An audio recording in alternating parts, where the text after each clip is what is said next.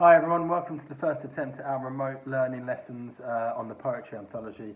So this lesson we're going to start with is on the poem called Walking Away, which is by Cecil Day-Lewis, and it's on, I think, page 15 of your anthology.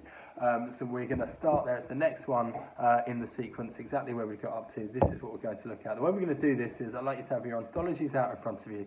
I'd like you to have a pen in hand, a highlighter, and every now and then I'm going to ask you to stop with the kind of a pause point, and at that moment might ask you to sort of do a bit of brainstorming and write a few notes or something like that. Okay. What we'll try and do is I'll try to keep this fairly succinct, give you some of the key details to start you off, and then you can go away, have a look at the written work which is going to be set, and also do a bit of your research and continue to think about this poem on your own terms as well, so it's not just listening to me go on for 2 hours about it. Okay. Really importantly, before we start, I'd like you to have read the poem and to have had a pen in hand and to have jotted down your first thoughts just on the first reading. So if you haven't read the poem yet, stop the video now and do that now.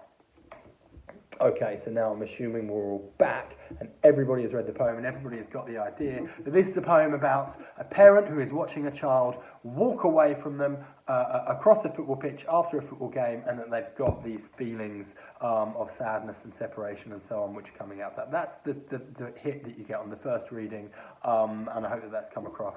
What I'm going to do now is actually we're going to start at the bottom of this poem, which I think is a good place to actually start unpacking everything that's going on. The last two lines, in a moment we're going to say stop and just brainstorm how you feel about this set of ideas. What are your own connections with this? What are your own opinions with the following two ideas? And they are two slightly different ideas, okay? So it's lines 19 and 20. How selfhood begins with a walking away and love is proved in the letting go. Two ideas there. It's another pause point now for you to brainstorm and jot down what you think that means, what your understanding of that is. Go.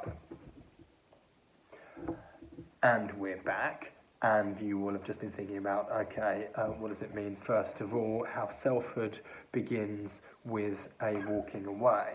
Now, I don't know, you might have older sisters or brothers who have gone off to university, or perhaps have finished university or moved out of the home and have gone to live somewhere else, and maybe you in year 10 going into year 11 you're thinking about going off to university in a few years' time.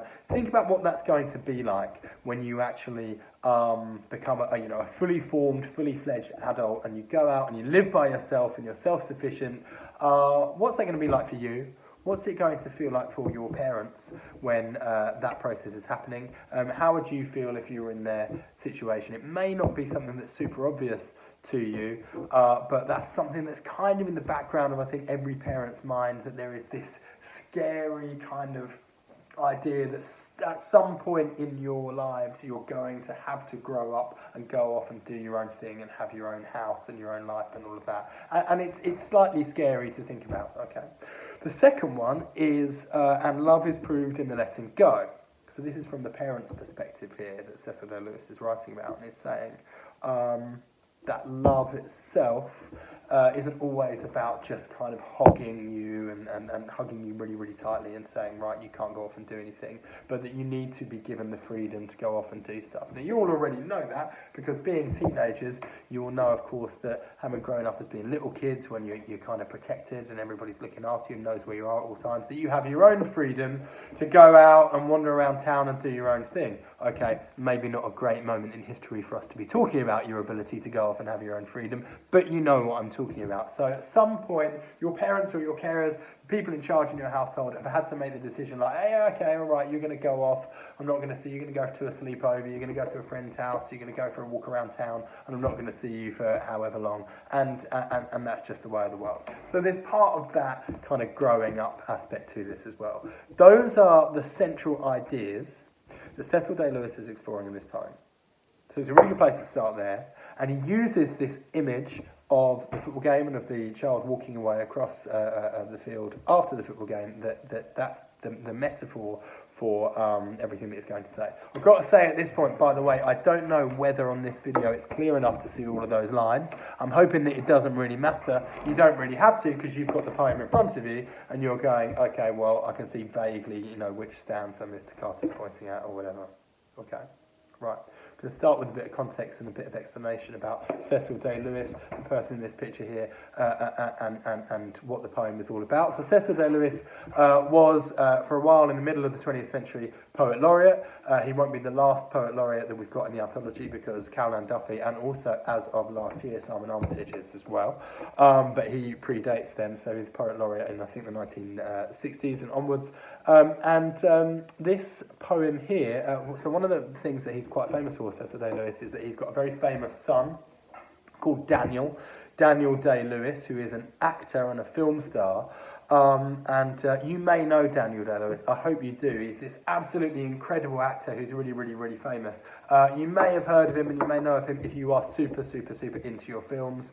Can't think of anything he's been in recently that's sort of blockbuster level that will be completely familiar to everybody, but he's a well-known guy, he's a highly regarded actor, okay.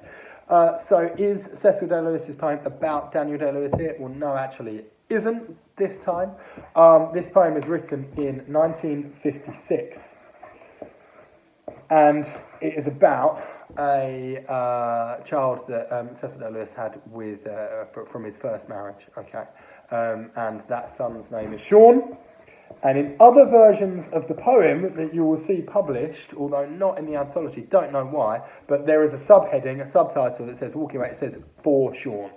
Okay, so and the dates correlate with how this works as well. So unlike some of the poems when we talk about context and AO3, this one's quite good for AO3 because we can physically pin it down to exactly what the poet is talking about, and the autobiographical kind of thrust of the poem, although the points he's making are generally applicable, universal to lots and lots of people, we can say with a lot of confidence in an essay that it is about his